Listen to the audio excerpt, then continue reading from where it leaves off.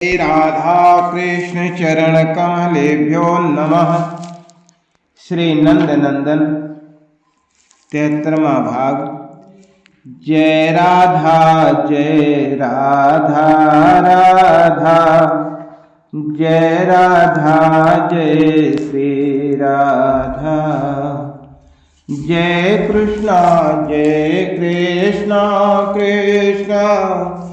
जय कृष्णा जय श्री कृष्ण। जय कृष्णा जय श्री कृष्ण। श्री कृष्ण श्री राधा विवाह। भगवान श्री कृष्ण स्वयं कहते हैं कि मेरे सर्वस्व प्राण स्वरूपा श्री राधा, इनके बिना कृष्ण अधूरा ही है। अपनी इन ऐलादनी को पाकर ही तो मैं पूर्ण होता हूँ। कृष्ण में कहाँ प्रीत का लेस है। वो तो ये कृपामय परम प्रेम रूपा श्री वृषभानुनंदिनी कृपा करती हैं, तो इनका कृपा कटाक्ष ही मुझ में प्रतिफलित होता है। ये वरदायिनी विनोदिनी अपनी सहज उदारता वश अपनाती हैं मुझे, अन्यथा इनके चारु चरण प्राप्त होते हैं। इन परिपूर्णा की अपेक्षा है। मैं एक दृष्टि देख नहीं सका, भर नेत्र इनकी संपूर्ण शोभा के दर्शन का भिक्षुक ही हूँ और रहूँगा। भले कोई कहे कि हम अनादि दंपत्ति हैं, किंतु कहाँ पल भर भी तो नहीं लगता मुझे, और दृष्टि इनसे इनके जिस श्री अंग पर जाती है वहीं रह जाती है। श्री राधा की संपूर्ण मुख श्री भी मैंने कहाँ देखी, और ये संकोचमयी सब देकर भी ऐसी ही रहती हैं जैसे कृष्ण ही कृपा करता हो। कृपा इनके पाद पद्मों से प्राप्त न हो, कृष्ण तो कंगाल है। कृष्ण में कृपा है, प्रेम है, शक्ति है, ऐश्वर्य है, वो सब इनका प्रसाद मात्र है। ये अपनाए हैं, अतः कृष्ण पुरुषोत्तम। आज हमारा विवाह हुआ है और अब इन श्री कीर्ति कुमारी की कृपा से मुझे इनका साहचर्य सुलभ हुआ है। मैंने इनके चार चरणों की सन्निधि प्राप्त की है। ये हमारा निकुंज आज का मधु मिलन नित्य रहेगा, पर इनके इन प्रफुल्ल पद पद्मों की ये प्राप्ति, ये समीप रहें, सम्मुख रहें, इससे अधिक कुछ इप्सित नहीं मेरा। आज सायंकाल सखाओं के साथ क्रीड़ा में विलंब हो गया। बाबा व्याकुल होकर स्वयं वन में आ गए। हम सब तो भांडीर भट्ट के समीप खेलने में लगे थे। गौएं कहाँ किधर चलते चलते निकल गई थीं, हम में से किसी ने देखा ही नहीं था। बाबा गोपों को लेकर न आए होते तो मुझे सब सखाओं को बहुत भटकना पड़ता गायों को ढूंढने के लिए।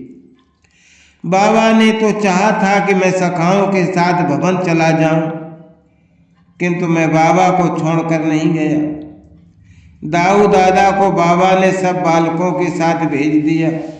उन्होंने कहा, सूर्यास्त होने वाला है, तुम सब घर चलो और कलेव करो। दिन भर के भूखे थके हो सब, गोपों के साथ गाय लेकर मैं आता हूँ। दाऊ दादा बाबा की बात मान गए। वो सखाओं को लेकर चला गया। बाबा के पैरों से लिपटा तो उन्होंने मुझे कंधे पर बिठा लिया। अब बाबा के कंधे से उतरकर पैर पैर घर में क्यों जाता। मैंने कह दिया, मैं तुम्हारे साथ ही चलूँगा। अब बाबा मुझे कंधे पर लिए लिए वन में कहाँ कहाँ भटकते। वे मुझे गोद में लेकर भांडीर भट्ट के नीचे बैठ गए और गोपों को भेज दिया गायों को घेर लाने के लिए।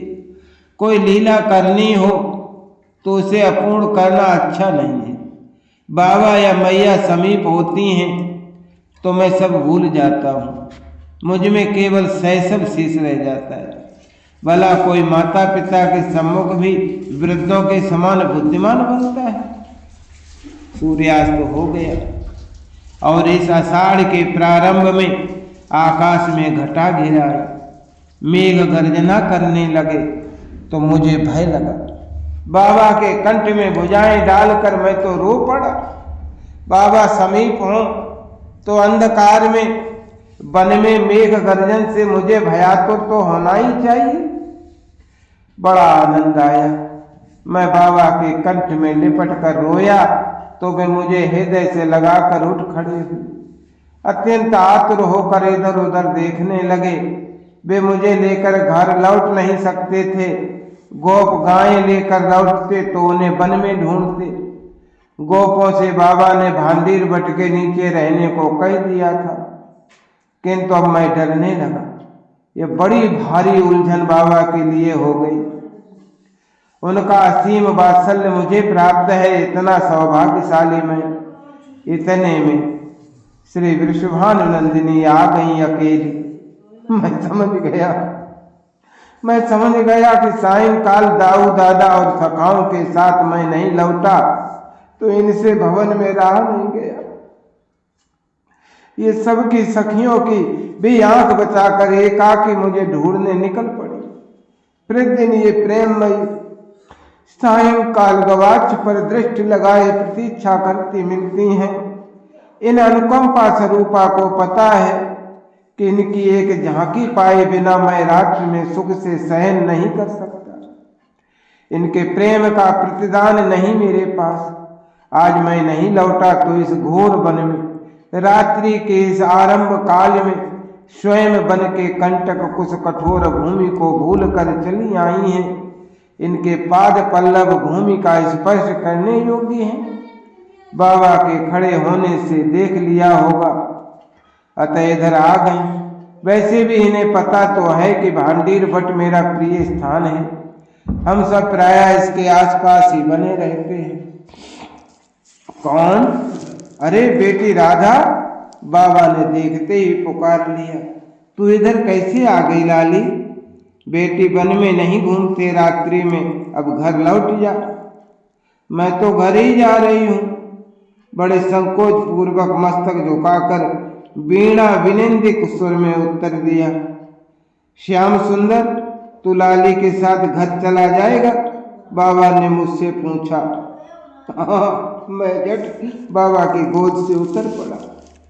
लाली, गायें लगता है कि दूर चली गई हैं। गोप उन्हें घेरने गए हैं। मैं उनके साथ आऊंगा। बाबा ने बड़े स्नेह से कहा। सूर्यास्त हो गया। वन में सघन वृक्षों के कारण अंधकार अधिक हो गया है। ये नीलमण वैसे भी रात्रि को डरता है और अब घटाएं आकाश में आ गई हैं। मेघ गर्जन सुनकर रोता है भय के कारण। कहीं वर्षा होने लगी तो भीग जाएगा। तो इसे साथ लेती जा।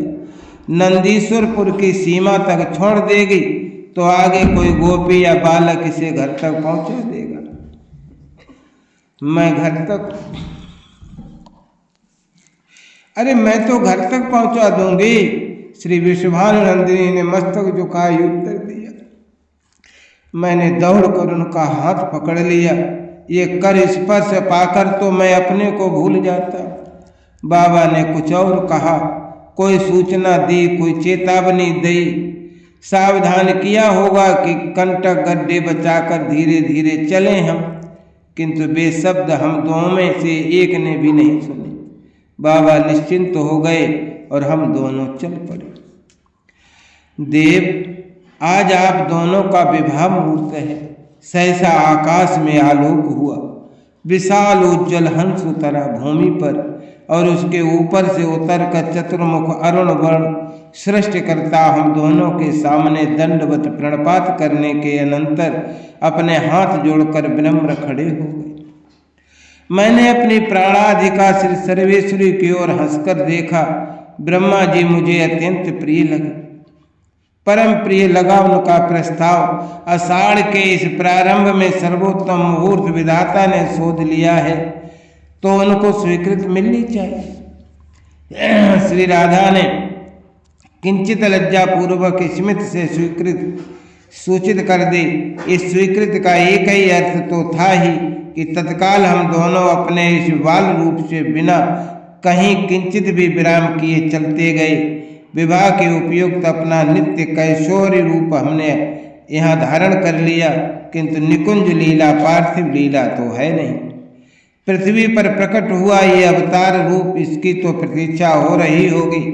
कीर्ति मैया अपनी लाली को न पाकर अब तक बहुत उद्विग्न हो उठी होंगी, और दादा के लौटने से अब तक मेरी मैया द्वार पर ही खड़ी होंगी।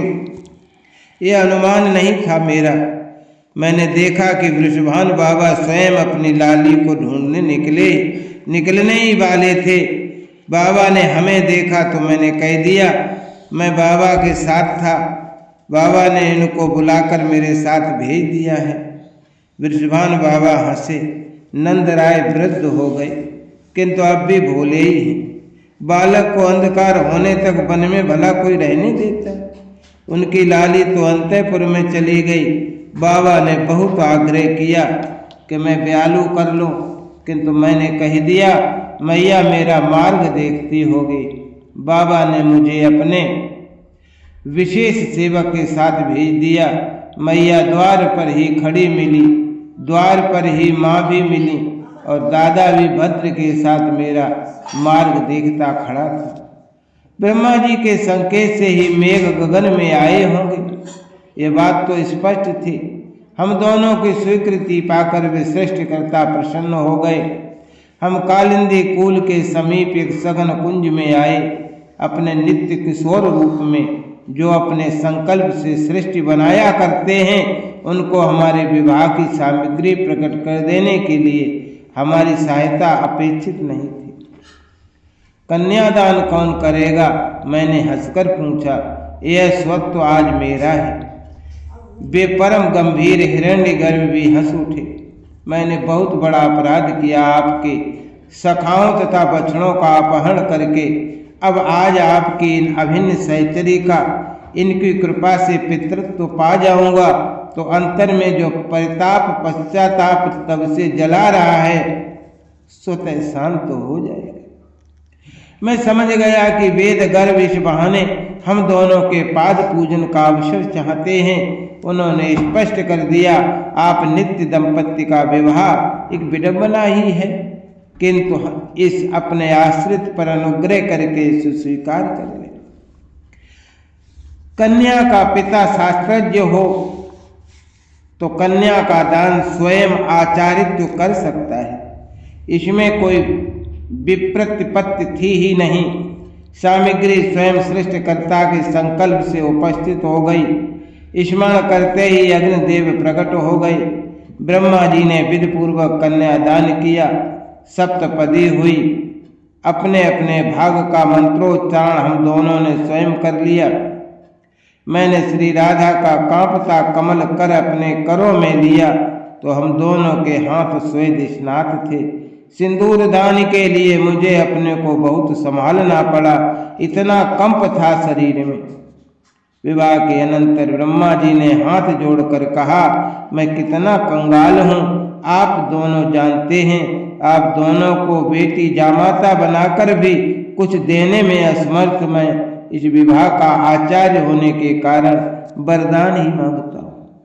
आप दोनों के श्री चरणों में मेरी अविचल प्रीत बनी रहे। मैंने ही दोनों की ओर से तथास्तु कहा, क्योंकि संकोचमयी तो नेत्र भी उठा नहीं पा रही थीं। इनका श्रीमुख इतना अधिक लज्जारूढ़ था। ब्रह्मा जी विदा हुए। हमारा वह निवृत्त निकुंज हमारा मधु यामिनी का विहार स्थल बन गया। और यह निकुंज, ये मिलन तो नित्य है, किंतु इन अनंत सौंदर्य माधुर्य सुषमा श्रीमूर्ति का ये लज्जारूढ़ श्रीमुख, मैं इसका नित्य दर्शन पिपासु। इस सौकुमार्य सीमा को स्पष्ट करने का साहस तो नहीं किया जा सकता। जय राधा जय राधा राधा, जय राधा जय श्री राधा, जय कृष्णा कृष्णा, जय कृष्णा जय श्री कृष्णा, जय कृष्णा जय श्री कृष्णा, जय कृष्णा जय श्री कृष्णा।